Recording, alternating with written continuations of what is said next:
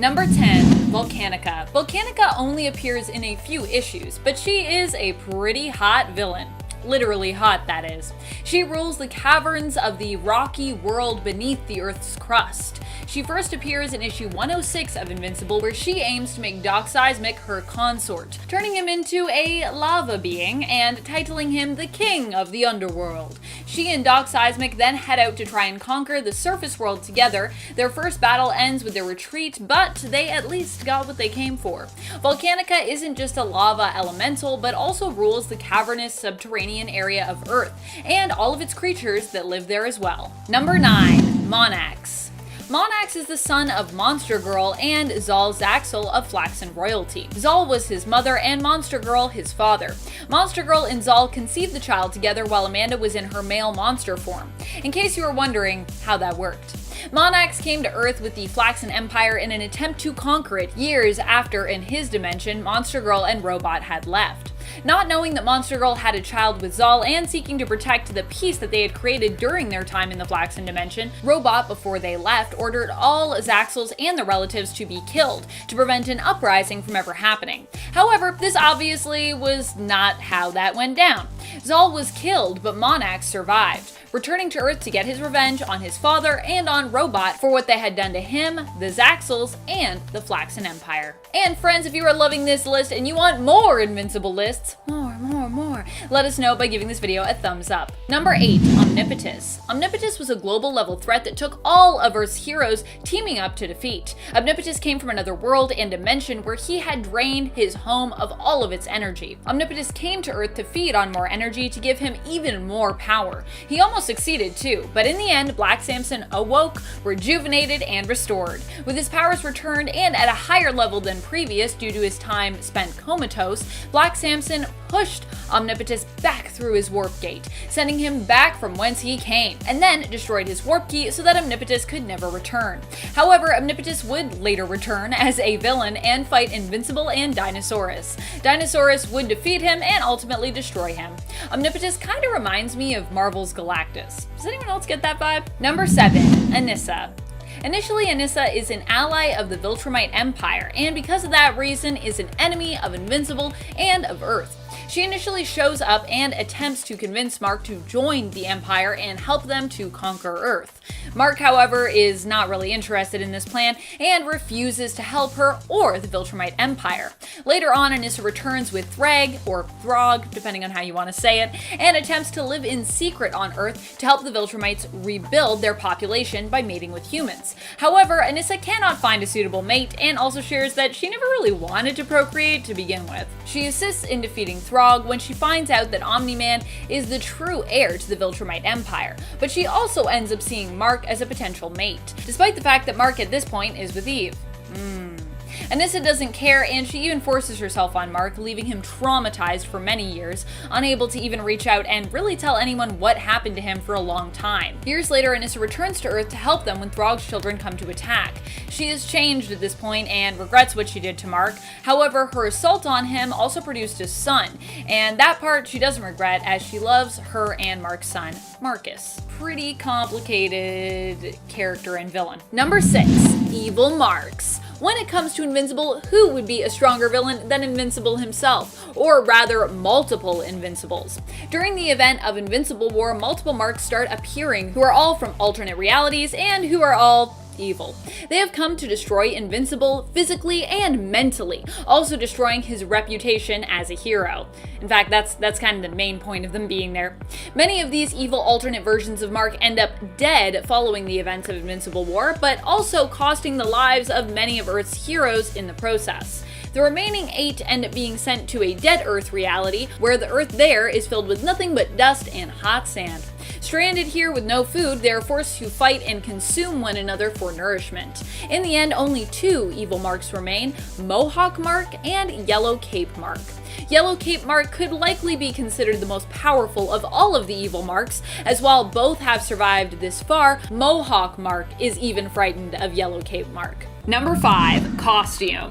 In the animated series, we get a whole scene about Mark getting his costume. His dad, Nolan, aka Omni-Man, takes him to meet the designer of his and many other heroes' costumes, Art. Art is actually voiced by Mark Hamill, by the way, and he actually ends up trying to pawn off a costume that just won't sell to Mark, but Mark isn't crazy about the colors. Prior to this, Mark was wearing his own homemade costume. When Mark does find a color scheme that he likes, you might notice something interesting about his new look. Of course, if you aren't familiar with the comics and the publisher, then maybe you missed it. Mark's costume is meant to resemble the letter I. For Invincible? Well, within the story, yes, this is likely the reasoning, but outside of the canon, the letter I design is meant to represent an important logo, the Image logo. Image is the publisher of Invincible, and Robert Kirkman envisioned that Invincible had the potential to be part of an ongoing superhero line and story for Image Comics, even after he was done writing it. Invincible was part of Image's Skybound imprint originally. Number 4, costume change. Mark starts off with that iconic costume, but in the comics, he later changes his look. This happens after he parts ways with Cecil Stedman. Why does he part ways with Cecil? Or Cecil, if you like to say it's Cecil. Really, I think either one's fine. Well, he parts ways after he learns that Cecil has discovered Invincible's weakness due to his Viltrumite heritage. That's right, he knows about his sensitive ears and his complex equilibrium, attempting to exploit this new knowledge. Mark leaves Cecil to get help from the Guardians, who do help him, and then all kind of subsequently quit as a result. To signify his newfound freedom from Cecil, Mark gets a new costume that is similar to his old look, but darker with a blue and black color scheme. Number 3, Adam Eve. The love of his life in the comics ends up being Adam Eve, and I wouldn't be surprised if the animated series also went that route. Then again, I also wouldn't be surprised if they decided to change it up on us and maybe go in the opposite direction with Amber becoming his main squeeze this time around. Who knows? I feel like they are trying to change things and keep us on our toes. Amber in the comics is Mark's girlfriend. The two inevitably break up, however, after Mark basically acknowledges that it's not going to work out, that he and Eve both have feelings for each other at this point, and that he's been, I guess, kind of a partner to Amber. I love the transition from his and Amber's relationship to his and Adam Eve's because it just feels really real. There's no tragedy, no epic betrayal, no one gets stuffed in a fridge. It's just a nice ending and a great new beginning. Mark and Eve would go on to become partners in business as well in love, and the two would also end up having a daughter together, Tara. Number 2, the other Invincible. Another character would later take on Mark's mantle temporarily and also fill in for Mark from time to time when he wasn't available. Bulletproof. Bulletproof is Zandale Randolph, and you might recognize his costume. After Mark and Adam Eve started Invincible Inc. together, Zandale would assist with the new company. When Mark was off-world fighting in the Viltrumite War, Zandale took a more active role, even filling in for Mark, wearing a version of the Invincible costume and changing up his look to make himself look a little bit more like Mark. He took up the mantle of Invincible temporarily. He would also fill in for Mark later on and eventually would take up the mantle more permanently, meaning that there actually was a time when there were 2 Invincibles on Earth, as both he and Mark operated under that name at the same time. Bulletproof's abilities allow him to absorb energy, meaning that it's really hard to hurt him, as even a kinetic energy attack like a punch or a kick just basically gets absorbed by him. Number 1, voiced by... In the animated series, Mark is voiced by Steven Yeun, someone who you might also recognize for his involvement in another of Kirkman's adapted series. Steven also played fan-favorite zombie apocalypse survivor Glenn Rhee in the Walking Dead live-action series from season 1 till the character's demise in season 7. Robert Kirkman said they went after Steven to provide the voice of Mark because he is such a talented actor, and that Kirkman knew that he had what it took when it came to doing justice to Mark's ongoing evolution throughout the series, based on his experience working with him on Walking Dead. Kirkman cited how much Glenn Rhee went through in the show, and how well Steven did with that character's evolution, which was what made him the perfect pick to provide the voice for Mark Grayson. Number 10, first appearance. While some may only know Adam Eve from the animated series, she's also one of the main characters in the comic series that inspired the show's existence and also seems to have informed much of its plot and character development thus far. Adam Eve made her first appearance in Invincible issue number 2 and appeared in the background in Mark's classroom in issue number 1. In issue number 2, Eve appears as part of the teen team and meets Invincible while he's fighting one of the Mahler twins. Later in issue number 0, Mark tells a story about Adam Eve to his then girlfriend, who he he's revealing his secret identity to. He tells her that in his early days, with Adam Eve's help, they defeated a lesser villain together who was actually their physics teacher from school, Mr. Hiles. He had been putting bombs inside students and then blowing them up when they were inside malls. Mark theorizes that he must have hated malls. He also refers to Adam Eve as his superhero partner of sorts. Number 9. Teen Team. Adam Eve was an original member of the Teen Team, which was led by Robot. Her fellow teammates were Rexplode and Duplicate. As I said earlier, in the comics, the Teen Team and Adam Eve first meet Mark during a fight with one of the Mauler twins. In the animated series, Invincible and Adam Eve first meet instead in a fight against the Flaxon aliens. Afterwards, Mark approaches Adam Eve in her civilian identity of Samantha Wilkins at school, and she decides to help Mark with his training a little bit. The two become close, and at first, Mark appears to have feelings for Adam Eve until he learns that she is a boyfriend. Eve, however, would leave the team both in the comics and in the series because her boyfriend Rexplode cheated on her with Duplicate. She would then develop feelings for Mark in the animated series, but at that point, he'd kind of already moved on and was with Amber. Oh, teen superhero drama.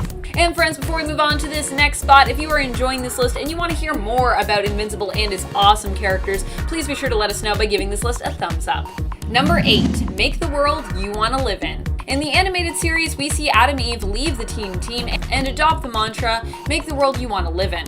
Her trajectory as a hero is similar in the comics. Instead of living in complete seclusion and protecting the Earth from more natural-based threats than supervillains, she actually leaves the US and goes abroad, becoming involved in aid work. Samantha believed she could do more good that way than acting as a hero, but she does occasionally team up with superheroes and super teams thereafter to help them in the future against intergalactic or serious global threats. Number 7. Her powers.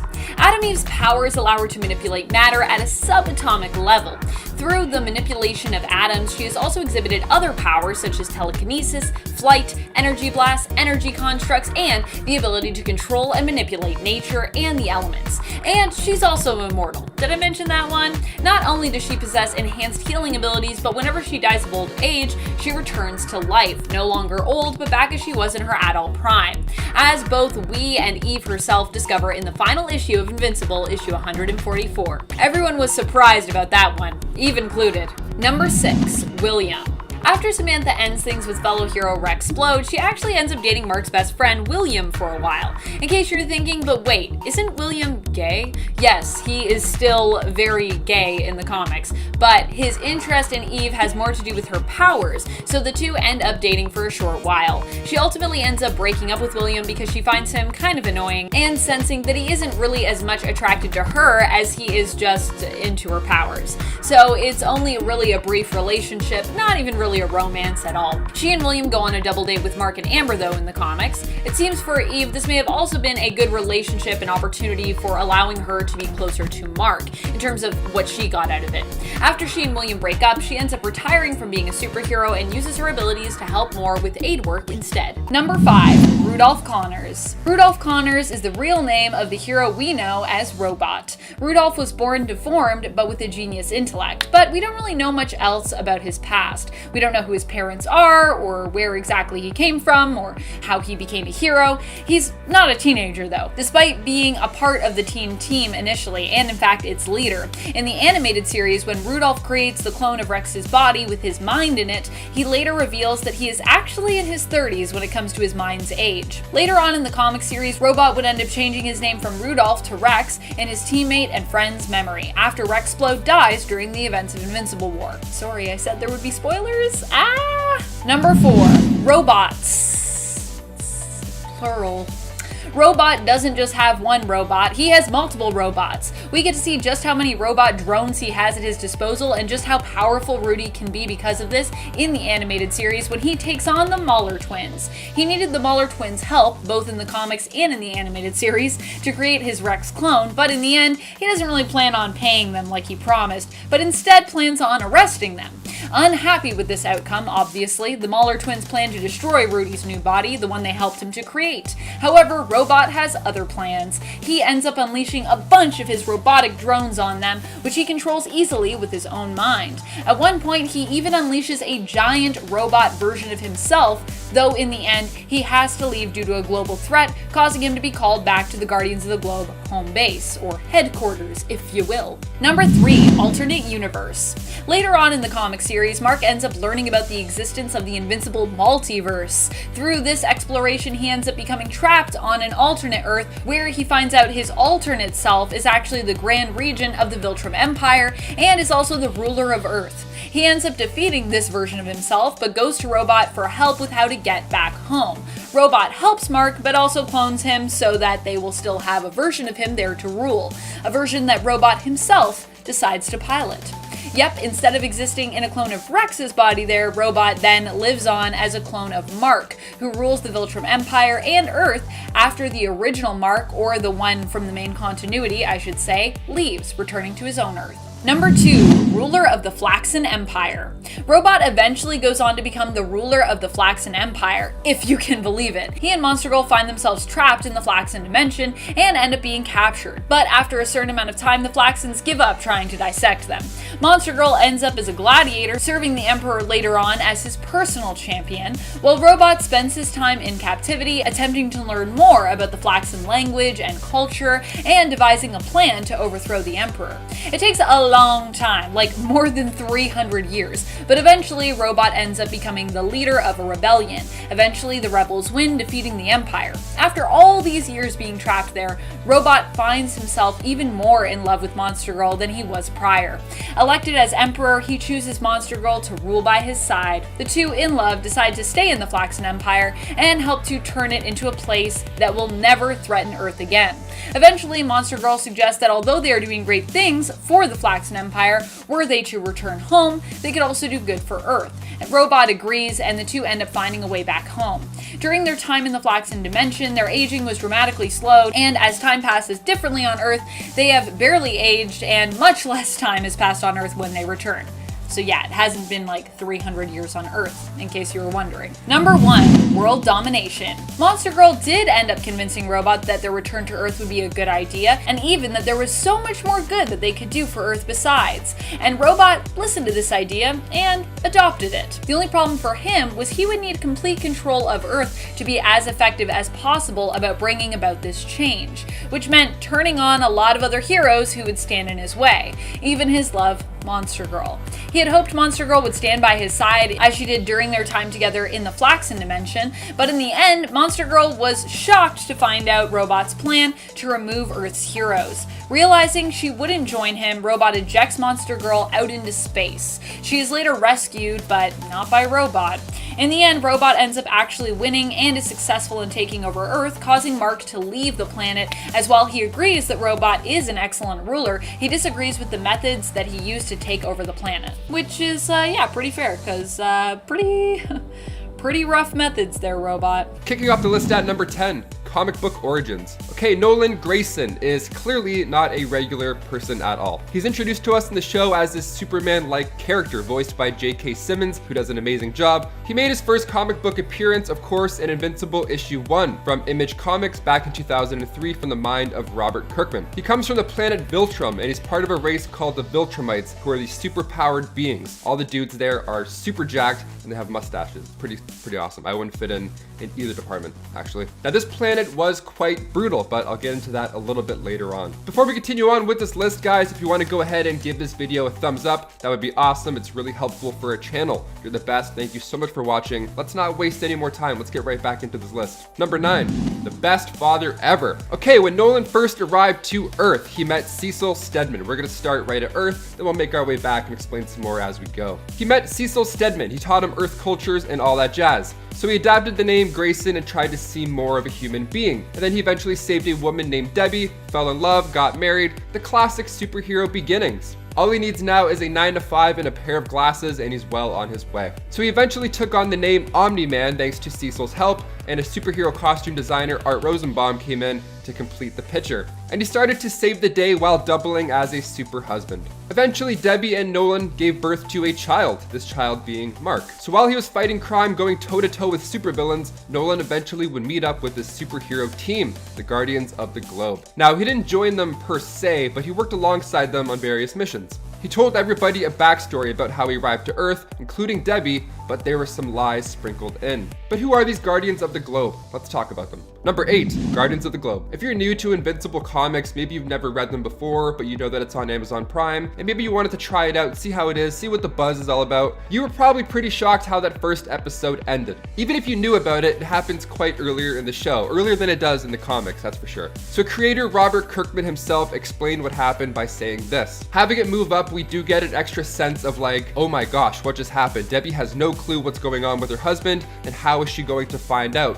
/ if she finds out. Yeah, Omni-Man straight up destroys the Guardians of the Globe. He calls them all to meet up, and then once they're there, he just picks them off one by one. It's absolutely disgusting. It's so gory, it's awesome, but it's so gory, it's so evil. And the group members resemble the Justice League a bit, and actually they're all voiced by Walking Dead alumni, which is quite fun. So we have War Woman, we have Green Ghost, Martian Man, Red Rush, Darkwing, Immortal, and Aquarius. They're all introduced to us in a cool fashion and then gone, just like that. Wild. But now we gotta go back and talk about Mark. We gotta go talk about his son a bit. Number 7, Mark. So we pick up in the show Invincible with, of course, Invincible, voiced by Steven Yeun. Now he's just a normal high school student at this point, 17 years old, he gets bullied a tad, he's nervous to talk to girls, the whole thing. But with his father being Omni-Man, he too has the blood of the Viltrumite race flowing through him, which means superpowers. As soon as he discovered his father was Omni-Man, he was 7 years old, and he dreamt of being a superhero just like him.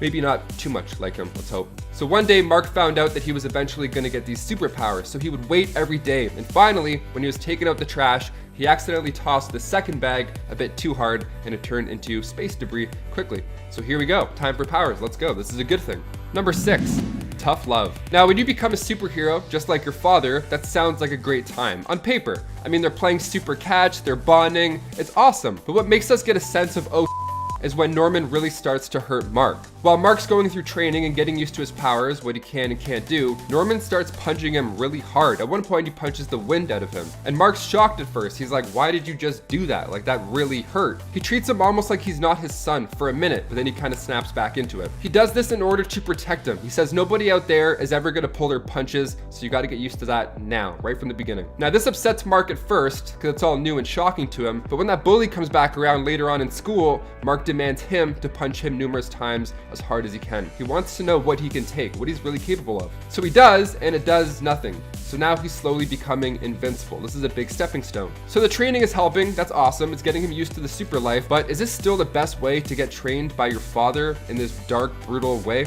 I mean, Mark has no idea it's about to get so much worse. Number 5, he's royalty. It's later revealed that Nolan is actually the son of Argel, the former leader of the Viltrumite Empire, or Argel, who was killed by Thaddeus. Once he learns of this, Thrag, or Throg, who is the current ruler and grand regent of the now small empire, decides he cannot let Nolan live. He attempts to kill Nolan, but in the end is stopped by fellow Viltrumites who, once learning of Nolan's true heritage, think of him as their true ruler. Eventually, Nolan is made the emperor of the Viltrumite Empire, meaning that Mark is the heir to the empire and basically a Viltrumite prince. And of course, later on, Mark himself would become the emperor of the Viltrum Empire. Number 4, Marky. Marky, or Marcus, is Mark's child with Anissa. Yep, she did end up conceiving a child by him. And as I said, she did attempt to return and apologize to Mark, but she was unable to get to him as Eve, who knew of what she did to Mark and Nolan, basically held her off. Anissa would go on to find a human mate in Scott Murphy and have a daughter, Molly, with him. However, Anissa would die protecting Eve during the Viltrumite War and would actually never be able to tell Mark about his son because of this. Instead, it was Scott, Marcus's adoptive father and Anissa's mate, who told Mark about him. Mark would occasionally visit with Marky, accepting him as part of his family, but would inevitably leave him behind when the Viltrumites left Earth to venture out to space, becoming heroes to distant worlds, as his dad years ago had originally claimed that they were. Mark told Marcus he'd need to stay behind to be a hero on Earth, a sort of white lie to ensure that Marcus wouldn't have to leave his father, Scott, who did not want to go to space. Marcus would eventually take up Mark's mantle of Invincible, and it's implied he eventually left Earth searching space for Mark, who he had come to resent, believing that Mark had actually abandoned him on Earth. Which, I mean, Mark kinda did, but Also, he was like, Marcus's place is on Earth, so yeah. Number 3, Tara. Tara is the daughter of Invincible and Adam Eve. She would get her name while Mark and Samantha journeyed to Telescria, or Telescria?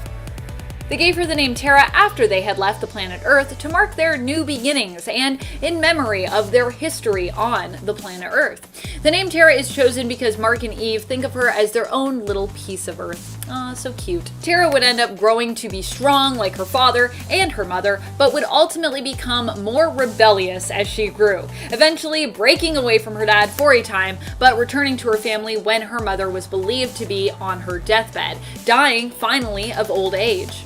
Or was she? Number 2, his weakness. On part 1 of our list, we talked about Mark's power set and how it came from his Viltrumite heritage. And now we're going to dive into something else that also comes from his Viltrumite heritage, his weakness. Like all Viltrumites, Mark's weakness is his ears. Viltrumites' equilibrium is what gives them their powers of flight, which is all achieved through their very complex inner workings of their ears. What this means is that their ears are actually more sensitive than most. This grants them super hearing powers, but can also mean that discombobulating a Viltrumite, assuming you have some superhuman strength backing you up, is a really good way to disable them, at least temporarily. Number 1, his death? On live television, no less. Dinosaurus was broadcast as he completely eviscerated Mark. But why? Well, all was explained in issue 100. It turned out that wasn't really Mark, but a lifeless yet convincing cloned copy of him. Dinosaurus ended up creating the clone thinking it could be of use, but then saw an opportunity to get rid of Mark, killing him so that he could be free from his old persona, free from the responsibilities of being a hero, free from the judgments of the world, free to join Dinosaurus in saving the world. After swapping Mark out with a clone using his new teleportation capability, Dinosaurus exposed Mark to a frequency that basically leaves Viltrumites in a comatose-like state, due to the complex workings of their ears and their hearing sensitivity, which we talked about on the last point. Eventually, Mark would escape Dinosaurus, killing the complex character at his own request, and return home to his family. But for a while, the world, his family, and his friends would think that he really was dead. Number 10, first appearance. Monster Girl first appears in Invincible issue number 9. Her appearance is similar to the show. She shows up to try out for the new Guardians of the Globe team, which is being led by Robot. However, the competition seems a lot more fierce in the comics in comparison, with tons and tons of established and potential heroes showing up for tryouts. Apparently, the gig pays really well. Also, who doesn't want to be on the Earth's premier superhero team? Am I right? Monster Girl introduces herself to Rexplode, who is making fun of her for being or appearing to be a little girl. She and Rex get into a fight that Invincible has to come in and split up. Invincible apologizes for hitting Monster Girl after seeing her transform back into her human form, not knowing that she was, a little girl before he intervened. But Monster Girl shrugs it off, saying that she can't get hurt while in her monster form anyways, and she simply asks anyone if they have a cigarette, revealing right off the bat that she is definitely not what she seems. And friends, before we move on to this next point, if you are enjoying this list and you want more lists like it, please let us know by giving this video a thumbs up. Seriously, it really does help us out here at the channel, and thank you if you've already clicked like. Thank you. Number 9, voiced by. Monster Girl is voiced by none other than Grey Griffin in the Invincible animated series. But that's not everyone that Griffin provides a voice for in the series. She also voices Shrinking Ray as well, another member of the new Guardians of the Globe, who actually is a gender-swapped version of the same character from the comics. You might recognize Grey Griffin as a voice for many different well-known and amazing animated shows as well. She is a prominent voice actor who sometimes also goes by her legal name of Grey DeLisle, and otherwise is credited as Grey Griffin. Grey provided the voice for Vicky in Fairly Odd Parents, Mandy in The Grim Adventures of Billy and Mandy, I love that show, Azula from Avatar: The Last Airbender, Sam from Danny Phantom, as well as Frankie, the Duchess, and Goo from Foster's Home for Imaginary Friends, one of my personal all-time favorite animated series. I love Foster's. That is an impressive amount of 5-star voice work. So, if you heard her voice and you were like, does that sound familiar? First of all, it probably doesn't quite sound familiar because I feel like she's such a good voice actor. She's got that camouflage thing going on. But yeah, she's awesome. Number 8, origins. Amanda got her powers from a curse. While on a trip to Europe, she fell in love with a boy whose grandmother did not approve. His grandmother also happened to know a thing or two about magic. After witnessing her grandson and Amanda getting busy, she placed a curse on the girl using a strand of her hair. I feel like if someone were gonna curse me using a strand of my hair, that would be like way too easy because I shed like crazy. I have so much hair. So yeah, note to self, do not let any magic users near any place I've ever been in. They could definitely curse me. On the plane ride home, Amanda learned of this curse that was placed on her, not sure really what to make of it at first or what had caused it initially. She didn't really understand what was going on yet. She transformed into a hideous monster who also appeared to be male. Initially, Amanda had trouble controlling her transformations, but eventually she managed to change at will and turn the curse into a kind of superpower that she would use to fight crime. Number 7, powers. Amanda's powers are pretty awesome. She's basically like a female Hulk. Well, a female, I guess, / male Hulk? Monster Girl is so named because she has the power to transform into a super strong male monster. While in this form, she is super strong and durable, and the younger she appears, the bigger and stronger her monster form is. I say this because not only does the curse mean that she has this monster form, which, as I mentioned earlier on, was harder for her to control, but also because anytime she transforms, when she returns to her human form, she's actually younger than she was previously. Effectively, each transformation causes her to de-age, depending on the amount of time she spent in her monster form.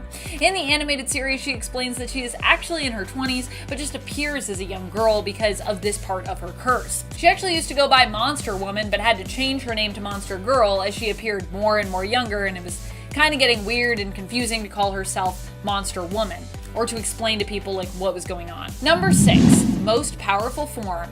Amanda makes the joke in the animated series that unless Robot wants a baby on the team, she cannot do 3 drills a day as part of her Guardians of the Globe training.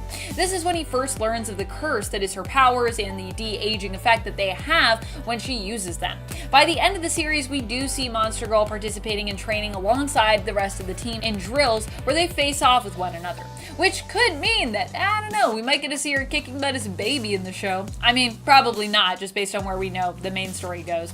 But if that was a thing, why would it be so cool, you might be wondering, if you haven't read the comics? Well, the younger her human form appears, as I said earlier, the more powerful and gigantic her monster form is. In the comics, we actually meet an alternate version of Monster Girl who has regressed to her human baby form. And it's here that she actually is her most strong, her most powerful, while in her monster form. As a baby, she transforms into a Godzilla-like monster when it comes to power levels and mass. Number 5, the new mission. After the Viltrumite war passed, Battle Beast had recovered and continued down his path of destruction. So he arrived to an unknown planet, slaughtered the leader, all the guards too, just done, easily defeated. Then Space Racer arrived to the planet with Alan. They requested his assistant back to Telescria, but right before he leaves the bloodstained planet, an alien woman begs to come along with him. So he's like, sure, join the fun, whatever, let's do it. So he does, and the group arrives back to Telescria. So while this alien lady was waiting in the lobby of the Coalition headquarters, Alan breaks down the Viltrumites to an impatient Battle Beast. Alan also explains the exiled Thrag who we ran into earlier, which Battle Beast is very excited to come across. He gives an evil smile and accepts the new mission. Number 4, he can fight for days. In comics, it's pretty common for superhero battles to last a while. I mean, they have the stamina to hold up against one each other, and it makes for a pretty exciting battle. So now Battle Beast has met his match, the leader of the Viltrumites, Thrag. As soon as they hit it off, this fight lasts a long time. I'm talking numerous days of just ripping each other apart. And plus, you know how violent the show gets as well. I mean, this episode, when it finally does air, is going to be insane. It's going to be a mess. We saw the damage 2 Viltrumites can do to a city, and these guys are even scarier, honestly. Thrag and Throg are going to make a mess wherever they end up, and his stamina is just insane. He can keep going and going, like an evil Energizer Bunny, with a mace, and also a lion. Number 3, a worthy opponent. So Battle Beast was literally in the middle of hooking up with Thresha when all of a sudden Space Racer comes in, says they found Thrag's location. Now, despite the brutal timing of this, he was like, okay, I'm ready to go. This is the moment he's been waiting for. All those lives taken, the ruling he's done is still not enough. This is the big one. This is the big guy. So he arrived to the planet Thraxa, where Thrag begins to make a joke out of his arrival. He's mocking him over his last defeat, but Battle Beast insists that the fight was not over, and a victory was still unclaimed. Thrag even admits that the Battle Beast would have made for an excellent ally. Battle Beast agrees, I mean, that's his whole thing. He wants to find his equal and his better. And right before they're about to battle each other again, the Ragnars are released from the alien woman. That same alien woman he was hooking up with. Traitor. She'd promised Alan the alien that she would not let Battle Beast die, even telling him how much he means to her while she does this, although this just kind of made it worse. So the Ragnars were not supposed to be released until after his death. That's what Battle Beast says. This is an unfair advantage, and those are a no-go for Battle Beast. Also, I love that already he was anticipating his own death. And if and only if it happened, then the backup would come out. So now we have quite the distraction going on. So what does Battle Beast do while Thrag isn't looking? Number 2, teams up with the enemy. The battle has to be fair. Battle Beast needs his glory, and all he has to do is do it the right way. No teaming up, no overpowering Thrag. It's gotta be one-on-one. He's insane, but honorable nonetheless. Because at this point, he actually teamed up with Thrag. They started fighting the Ragnars together, and he tells Thrag, "This planet will be torn apart by the fury of our clashing. I will allow nothing to steal that from me." And Thrag thinks he's a fool for assisting him, and honestly, I have to agree. Because only a few pages later, more company arrives. They arrive and start taking out the pesky Ragnars, and this is the perfect opportunity for him to take out Thrag, while he's very much distracted. But he's opposed to this. It's not the warrior way. What he does has to have meaning, and he's gonna prove that he and he alone is worthy of his gift. He's gonna get the glory of the battle that he yearns for. After all, this is Battle Beast's entire life. And finally, number 1, an honorable death. You were warned about spoilers for a reason. This is that reason. The next issue, we see glimpses of this battle. Every few pages, it would cut back to these connected punches, and it's just a mess. These guys are laying each other out for days at a time. Thrag even calls Battle Beast a maniac during this bloodbath, and he's like, "Yep, absolutely, you bet, that's exactly what I am." And finally, after destroying each other, Battle Beast biting chunks off of Thrag, and Thrag literally ripping Battle Beast apart, a winner came out on top, that winner being Thrag. Now before Thrag crushed his heart, Battle Beast has some last words to say, and those words are thankful. Battle Beast actually has to thank him. He thanks him for giving him his dying wish, which was an opponent that is truly worth fighting. Now his body was left to the Thraxans to incinerate while they celebrate good times, and his hide was removed and used as a cape for Thrag. This is going to be a crazy cliffhanger at the end of season 2 or 3. I mean, I'm sure they're going to move things around like they did with the Guardians of the Globe betrayal, but this for sure has last episode vibes, definitely. With a surprising result, if you ask me as well. In the final issue, it does reveal that Battle Beast had a daughter, and yes, she's just as addicted to fighting as her father. Number 10, created by. Robert Kirkman and Cory Walker are the creators of Invincible, with Ryan Ottley also helping to create a lot of what you see as well, providing much of the artwork to come as the comic series developed. When Robert and Cory first came up with the character and the design for Mark, Kirkman actually didn't expect the reaction that he would get from fans in terms of Mark's ambiguous appearance and perceived diversity. Many fans wrote in about how they loved how Mark appeared to be a hero who represented them or their culture.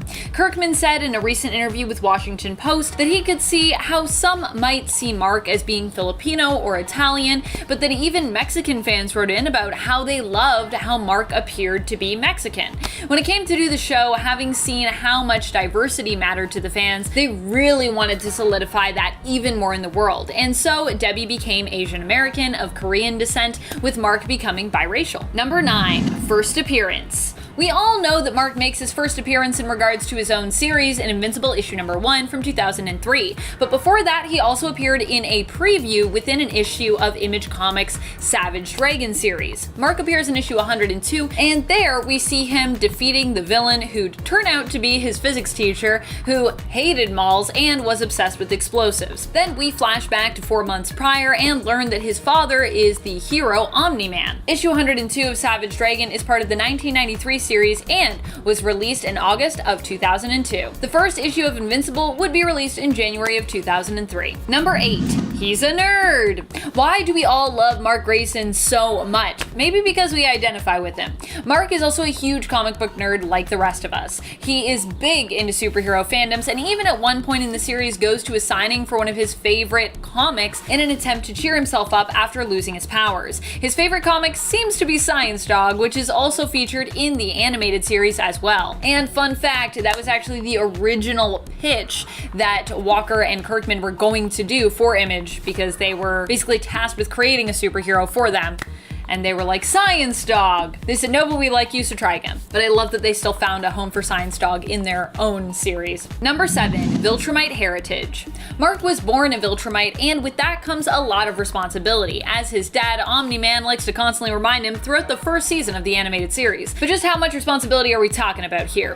While initially Mark is led to believe that his father is a hero and that the Viltrumites lived in peace, harmony, and paradise, who sent their own people to other planets to help protect them and act as their guardians, he later learns that this isn't exactly true.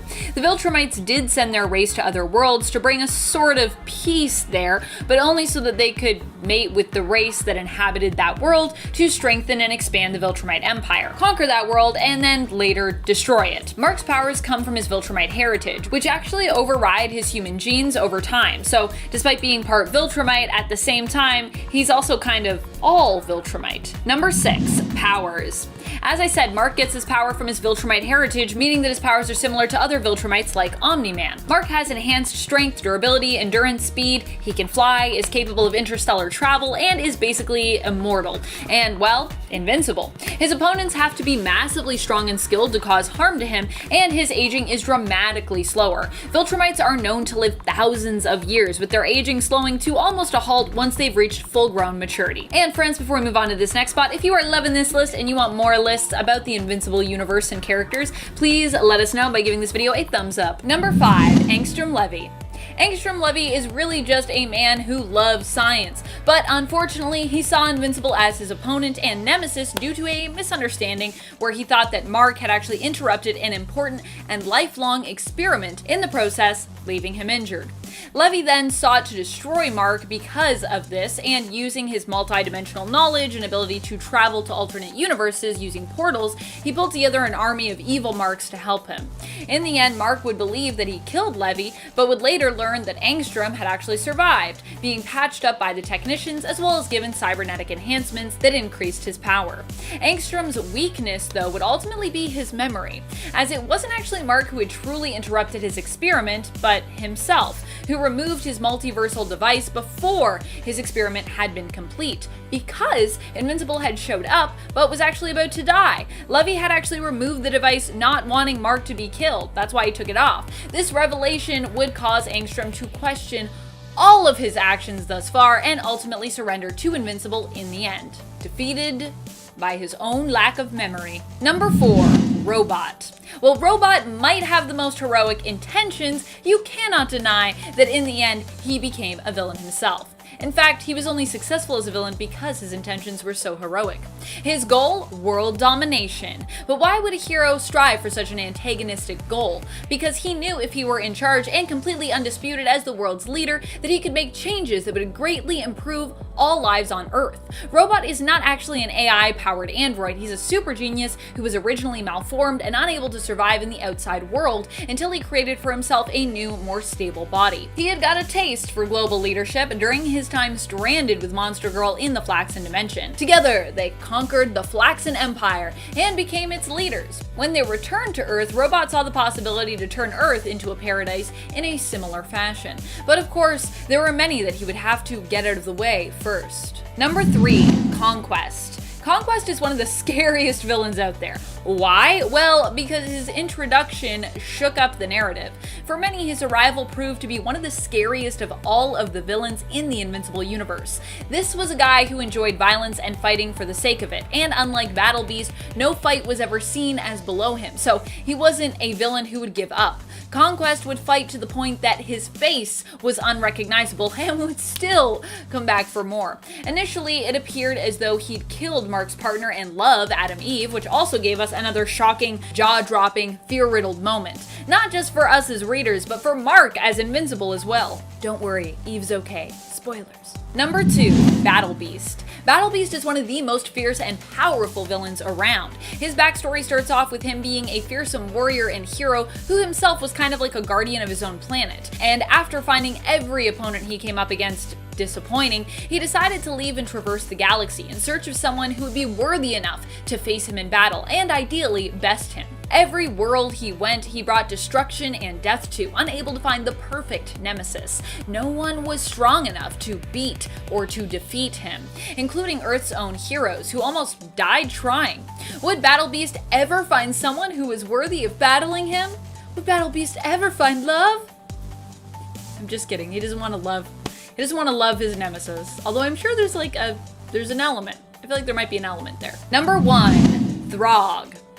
Thrag or Throg or however we're gonna say it. We'll know when he shows up in the animated series. I like the way Thrag sounds, so I'm gonna go with that. But if you say Thrag, that is totally cool. Thrag has to be up there as one of the most all-time powerful villains, not just in Invincible, but maybe in comics in general, especially in terms of a one-on-one battle. Thrag was the villain to defeat one of the strongest villains in the world and lived to tell the tale of it. He ended up fighting Battle Beast, and after days of fighting and both of them being disemboweled, won. Now, of course, Battle Beast did choose to fight disemboweled due to Thrag becoming disemboweled during the interim of their fight. But Thrag also had to fight like that, and even defeating a disemboweled version of Battle Beast is very impressive. Because hey, that guy is nuts! Thrag took Battle Beast's fur or his coat or his skin after the fight and had it turned into like a cape to remind him of his awesome victory. He wore it. Number 10, first appearance. Robot makes his first appearance in issue number 2 of Invincible. Here, Robot appears as a member of the team who end up meeting Mark on his first flight out, when he attempts to apprehend one of the Mauler twins. The team also arrives to deal with that Mauler twin. Much to Robot's dismay though, Rex ruins the element of surprise by firing one of his charged objects at the pair fighting, Mark and the Mauler twin, and asking who started it first. Rex later apologizes after being called out and responds that he thought it was a good idea at the time. Robot then asks Rex to leave the good ideas up to him. Robot is the leader of the team and introduces his team to Mark, learning in exchange that Mark's name is Invincible, which Robot calls cute. There's all that sass I was talking about. Number 9, created by... Like most characters from Invincible, Robot was created by Robert Kirkman and Cory Walker. Or should I say Cory Walker and Robert Kirkman? Kirkman himself later claimed that Robot was mainly Walker's idea and that he himself had just provided the know-it-all personality and likely much of the sass for the character, but that Walker had been the one to come up with the idea for that character. And before we move on to this next spot, just a quick reminder, if you love Invincible as much as we do and you want more lists about this awesome world and these amazing characters, please be sure to let us know by giving this video a thumbs up. And if you haven't subscribed already, you could always click that button. Just click it. It's cool. It's cool to click. Clicking things is fun. Number 8, voiced by.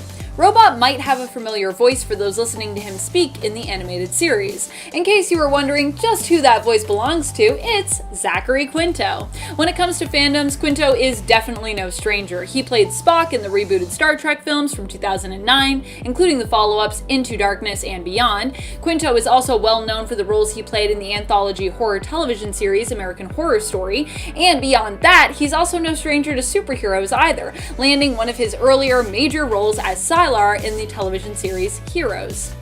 Remember Heroes? Remember that? That was a time. There was a time and a place. Number 7, new body.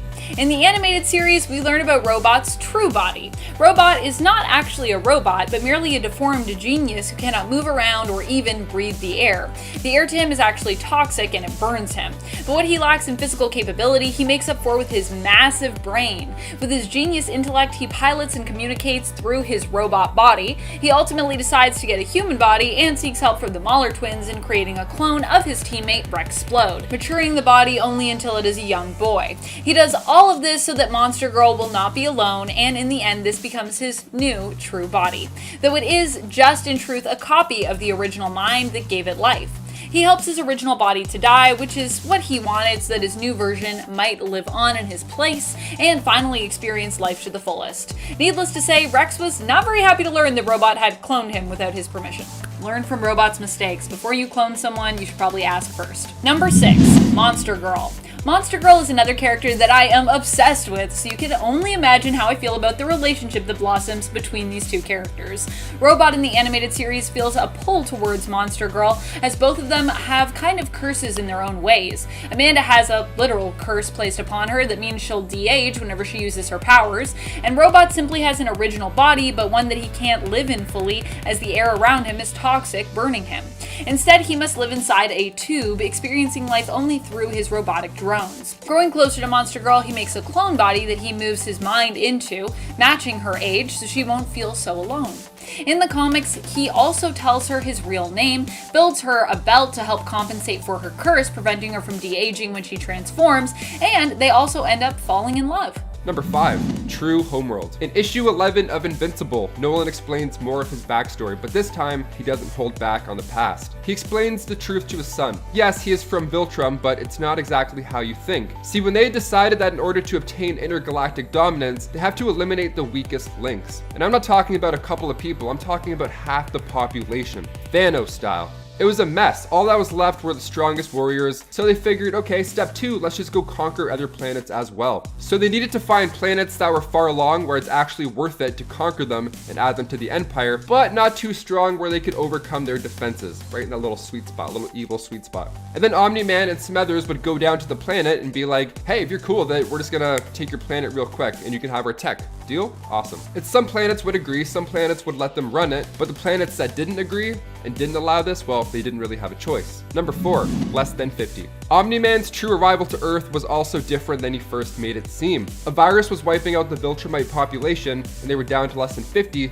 and Nolan was among them. But the Empire now had a different strategy. They couldn't keep taking over planets, numbers were too low, so instead, the Empire decided to use their long lifespan and infiltrate those societies first and weaken the chance of the resistance. Like maybe suiting up and pretending to be a hero named Omni-Man. Perhaps, maybe something like that. So Nolan was one of the first chosen for this task, to keep an eye on Earth, make sure they cannot resist, and it was up to Nolan to do whatever he wants for the 500 years while he was going to be there. Now after 500 years, all that knowledge collected would be used to eventually take over the planet under Viltrum's ruling. But that kind of changed for a bit once Nolan met his future wife. Number 3, he has a human connection. So as soon as Nolan arrived in the 80s, he saved that woman's life, Debbie, that I mentioned earlier. Now the same woman he would fall in love with and have Mark with. It was love at first sight. So now his motives were starting to change at this point. Kind of. He knew he at least wanted to enjoy his time and live as a human, so he lied about his mission with the Viltrumite Empire, and instead he told Debbie and later on Mark that he was sent to advance human technology and protect the Earth from other dangerous aliens. So he lied, started out being a boring old human being, and while some concepts were new and exciting, he started to suit up and fight alongside Earth's other mightiest heroes, but he was well beyond them, of course, being Omni-Man. So it didn't take long for him to start enjoying these things, and eventually he ran into the superhero team, well, you know that team, the one I mentioned earlier, the Guardians of the Globe. But we know how that turned out. Number 2, father and son time. So all this backstory, all these lies, the brutal backstabbing Nolan did to the Guardians of the Globe, now what? Well, when Nolan saved a carnival from a monster, he had the misfortune of running into one of these Guardians of the Globe. Turns out one of them's still alive. The Immortal is, well, yeah, he's immortal. He comes back demanding answers for that mess that he made with the team earlier. Omni-Man is even impressed. He says he has no idea how he survived, but he should have stayed dead. So when Mark sees this on TV, he shows up to offer his dad help, shocked as well at what's going on. He has no idea what to even think of this. So Omni-Man believes that his mother is little more than a pet, because of the difference in the lifespan. How brutal is that? You show up to help your dad and offer some backup, and then you get this bomb dropped on you. So now Nolan has fully flipped. He's trying to convince Mark to look at the bigger picture here. Well, he doesn't really give him a choice. And finally, number 1, he's the worst father ever. So as if it couldn't possibly get any worse, Mark tells his dad to beat it, get out of here, his plan sucks, and there's no way that can possibly happen. He doesn't even believe it. He doesn't care if he lives 1,000,000 years. This is his home, and he's not letting Nolan, his father, destroy it. And the following issue is just an ultimate beatdown from father to son. This is like the training montage, but times 1,000. It's just brutal. And while he's beating up his own son, he's doing a villain monologue. He's like, look at this mess. One punch from us, and 1,000 of these weak human beings lose their lives. So right after he gets tossed through a building, Nolan tells Mark his mother never meant anything to him. Brutal. And then bam, they crash through the subway, more insults coming in hot. He doesn't give a damn about anybody on this planet. They mean nothing to him. Bam, just a mighty beatdown / roast. And finally, they take it to the sky, and Nolan straight up leaves. He leaves Earth. He said he'd rather see the planet burn than spend another minute living amongst us. He even tells Mark whatever, he can produce more offspring, no big deal, bye, peace out. Now before he leaves, he does pull one punch back right after Mark calls him dad one last time. All heartbreaking stuff, and it's all coming together in the first season of Invincible. I'm loving it. I can't wait for the finale. Number 10, Amber. On part 1 of this list, we talked about Adam Eve, aka Samantha Wilkins, widely accepted as the love of Mark's life. In fact, I feel like Mark has even referred to her on that level before in the comics. But before there was Samantha, there was Amber. Amber was Mark's girlfriend in high school. Amber, Bennett, and Mark would date for a while in the comics, and Mark would even reveal his secret identity to her. This has also happened in the show, where Amber's character also appears, but was also redesigned to add a bit more diversity, which Kirkman has stressed in interviews was very important to him when it came to the animated adaptation. I freaking love Amber's character in the show. She is such a badass. In the end, it didn't work out between Mark and Amber because, well, Mark realized being a hero made him a terrible boyfriend to Amber, and he also realized he was in love with Adam Eve. The two broke up, but on amicable terms, and even stayed friends afterwards. Later on, Amber would be mistreated by her partner Gary. Amber tells Mark about this, and he actually ends up threatening Gary, scaring him supposedly straight. Amber ends up being thankful to Mark for his help. I just love that personally they remain friends and that the two still care for one another even after their relationship is over. They just want the best for one another. It's all like a very mature way to move on from a relationship, and I feel like a more realistic thing. Number 9, his dad's real motivation. During the season 1 finale of the Invincible animated series, it's revealed to us that Omni-Man is more complex than he seems.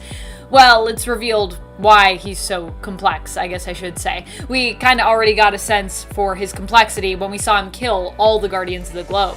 Here we learn that he is more villain than hero, or really is sort of a bit of both, depending on how you look at it. He revealed that his true purpose for coming to Earth was to conquer it, and that he expects Mark to help him in doing so. The Viltrumite Empire seems to have a history of conquering other worlds. Their planet and culture focused on making their bloodline and people stronger by fighting against one another until only the strongest Viltrumites were left. They also became even more invested in exploring and conquering other worlds when they were exposed to the Scourge virus, a virus created by the Coalition of Planets, and more specifically, the Viltrumite traitor, Thaddeus, who was not down with all the conquering that they were doing, apparently. This virus wiped out most of the Viltrumite population, which meant they needed to find new worlds where they could resettle and mate in order to build their population back up again. And friends, before we move on to this next spot, if you are loving this list, you want more like it, be sure to show us by giving it a thumbs up. Number 8, Anissa. For a time, the Viltrumites actually attempt to repopulate their race, hiding undercover on the planet Earth, disguised as humans. They are meant to be seeking out humans to mate with so that they can help repopulate the race. It's their mission. However, one Viltrumite, Anissa, can't seem to find anyone who meets her standards on Earth. She thinks mating with humans is kind of below her, especially as she never really wanted to mate with anyone to begin with in her own personal life. So, it's pretty tricky for her. She has, however, become acquainted with Mark and sees him as a good potential mate, as he at least happens to have Viltrumite DNA, and it's also implied that she finds him pretty attractive. Mark, however, just wants to be with Eve and actually refuses Anissa's advances. Number 7, trauma. Despite Mark telling Anissa that he's not interested in her and that he only wants to be with Eve, she doesn't listen. She tries seducing and even fighting Mark, trying to get him to submit and telling him it's pointless to resist her as she will just take what she wants if she has to. Mark fights back but doesn't want to hurt Anissa and eventually finds himself restrained by her. She forces herself on him, leaving Mark traumatized after the experience. Anissa would eventually come to regret doing this to Mark and later tries to apologize to him. While Mark eventually does forgive her in his own way, he was left traumatized by this experience. It also happened while Rex was in the process of taking the world, and while Mark and Eve were expecting their first child together. It would take a long while for Mark to share his experience and to heal from his trauma. Number 6. Scourge virus. Mark himself at one point ends up being infected by the Scourge virus, and this is a newer strain meant to dominate even the strongest of immunities and the strongest of Viltrumites, or in Mark's case, half Viltrumites. Fortunately, he got some help from Dinosaurus, and Mark would eventually recover, though he would temporarily lose his powers because of the Scourge virus, even completely busting his arm during a fight in issue 91, realizing the virus had affected his durability. Number 5. Invincible. Although Invincible starts out dating Amber both in the comics and the animated series, he and Samantha both eventually end up together. Adam Eve returns for a time from aid work and ends up teaming up with Invincible to fight Dr. Seismic in the comics, and a little while after this fight, the two end up together, kissing each other and both confirming their romantic feelings for one another. Mark and Samantha in the comics would also end up having a child together, a daughter named Tara. Number 4. Invincible Inc. Samantha and Mark would later start a company together and become not just lovers, but also business partners. Their company was called Invincible Inc. and was a private security firm. People would call on them when they needed security help, specifically when they wanted or needed Invincible to act as their muscle. So it was both profitable, but then also just good for helping the world. It was basically taking the superhero lifestyle and turning it into a career, with Invincible kind of being the main security person, the main muscle, and Adam Eve acting as his manager. Many of the calls that Adam Eve sent Mark on were all about helping people. When Mark wasn't available, another hero known as Bulletproof would also help out. Bulletproof would later also take on the mantle of Invincible. In fact, it was kind of because he was filling in for Mark that he ended up taking that mantle to begin with. Number 3. The power of pink. Adam Eve's costume is easily recognizable for its bright pink color. Not only does it celebrate Adam Eve's identity as a female, but it also matches with the color of her powers, which are also pink.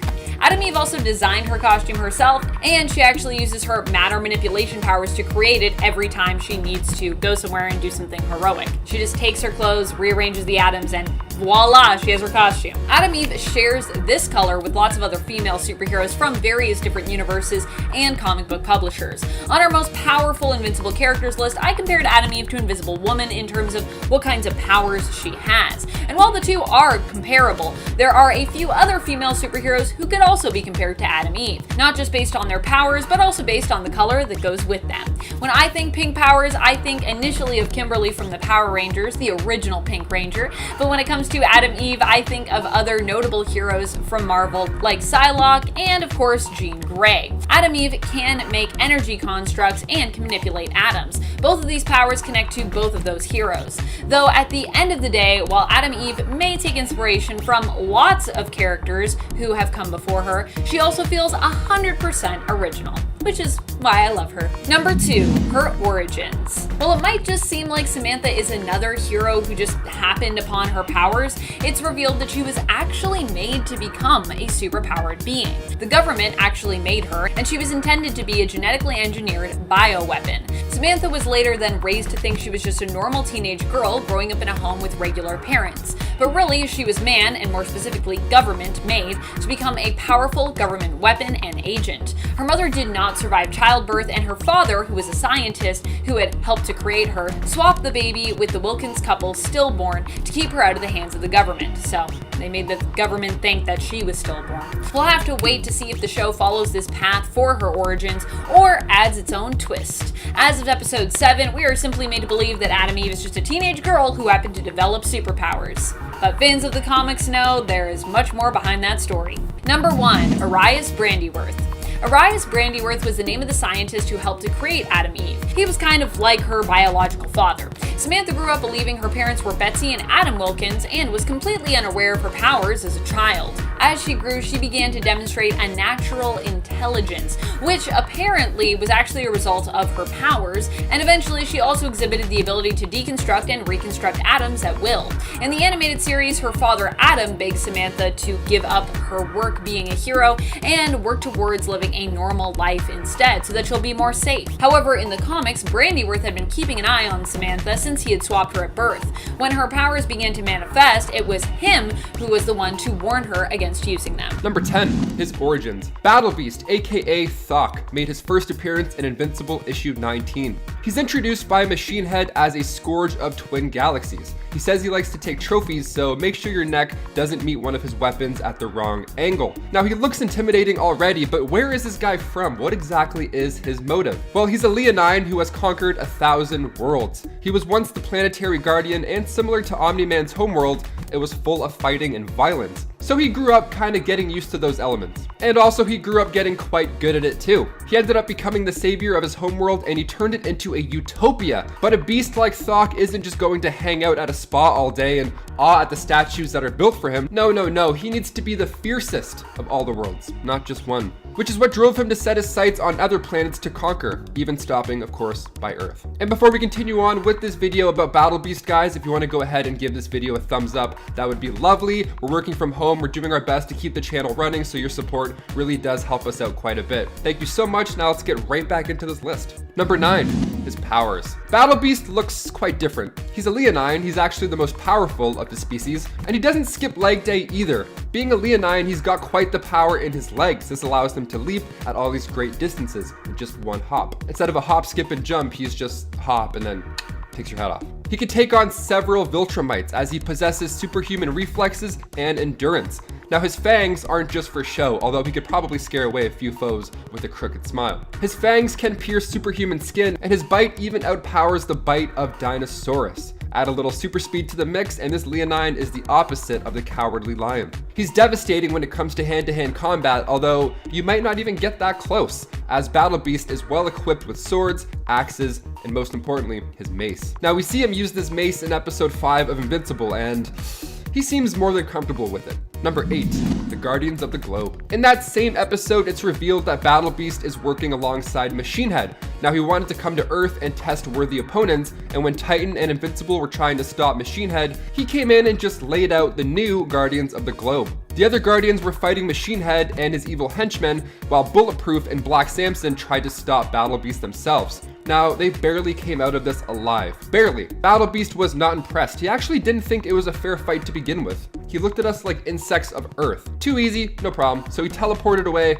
on to the next one. Number 7, imprisonment. So once he left Earth, Battle Beast was taken as a prisoner by a race that was also conquered by the Viltrumites. So Alan the alien started a riot, and in doing so, he freed Battle Beast.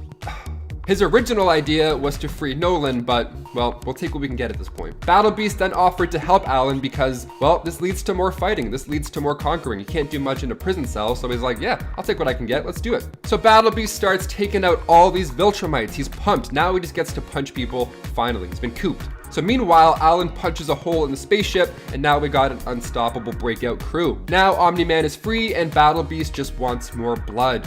Meanwhile, Alan the alien is like, damn, I didn't know I could punch that strong. Sweet. Number 6, the Viltrumite War. Battle Beast was later discovered by a Coalition search party, just frozen in space. Still angry, but frozen nonetheless. He joined the ranks of the Coalition of Planets for a bit. Now, he didn't want to admit that he was helping, but he was for sure helping in a way. Eventually, he was needed for a final Viltrumite battle, so the gang headed to Viltrum, where en route they were ambushed by a Viltrumite woman. Battle Beast again relied on his trusty mace and started a fight, and it didn't take long before other Viltrumites came to join in on the fun. He fought everybody, and he was just winning. Now, eventually, the planet was wiped out, and when he attacked Thrag, he was just tossed to the side. Perhaps he's met his match. Number 5, alternate realities. That isn't the only alternate version of Monster Girl that we've seen, actually. In issue 34 of Invincible, Mark ends up traveling through other dimensions during his fight with the reality-hopping villain, Angstrom Levy. As a result, when Mark finally defeats Levy, he ends up stranded in another dimension. However, in this dimension, Mark's heroic friends show up to help him. Their version of Mark actually disappeared 15 years ago, going to fight Levy, but then never returning from that battle. So this version of the heroic band of friends is older by 15 years. Monster Girl herself is also part of the team that shows up. We only see her in her monster form, but here in the future, or just in the dimension in general, she sports a different costume. We don't know much about these versions of our heroes, or like what inspired the change to Monster Girl's costume. The color scheme for it here appears to be black, yellow, and white. Or is that dark blue? I can never tell. I think it's black. And you'll notice that Monster Girl doesn't seem to be sporting the belt she acquires later on in the main reality. Number 4, belt. Speaking of that belt, because of the complications that come with Amanda's powers, she of course typically uses her powers pretty sparingly. That is until Robot ends up constructing a belt for her that helps to compensate for the effects of her curse. The belt works by taking and storing a copy of her DNA before she transforms, preventing her from reverse aging when she transforms back into her human self. Yay!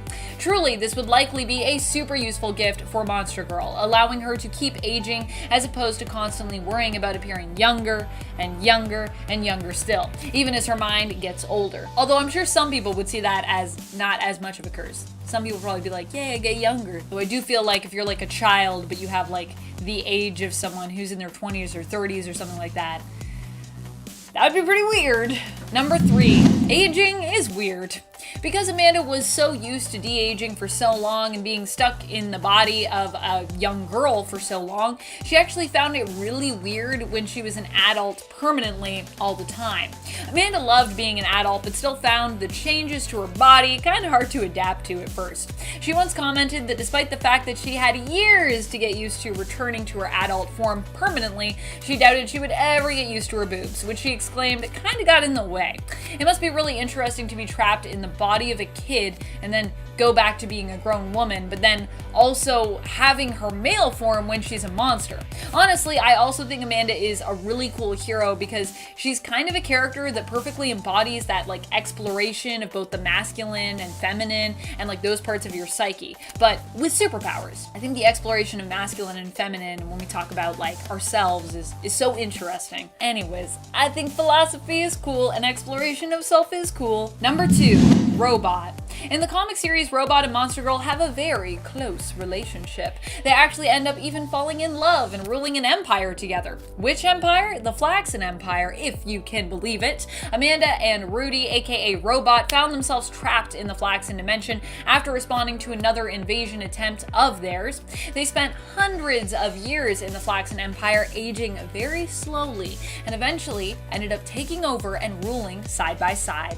Eventually, Amanda would be the one to convince Robot that they should return home, though initially they had seemed happy to stay there and rule. Although things also were a lot more, they were there for a while, so it got really complicated as well. Number 1, her son. Amanda and Robot would not stay together during their whole time in the Flaxen Empire, of course not. It even took them a long time to come together romantically while they were there. And even while they were in love, they would have arguments and disagreements about how best to rule that would ultimately tear them apart for a time. During that time, Amanda had a relationship with one of the Zaxel twins. Now, the Zaxels had been the royal family before Amanda and Robot had taken over the Flaxen Empire.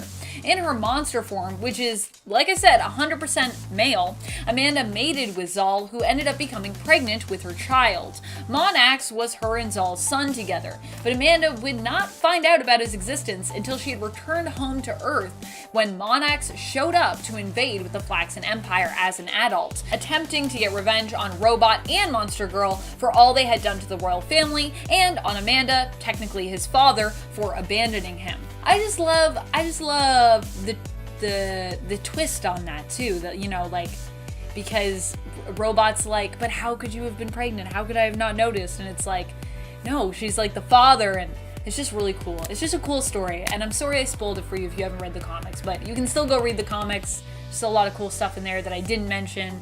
Just, you should read it. Everything I've read is so good.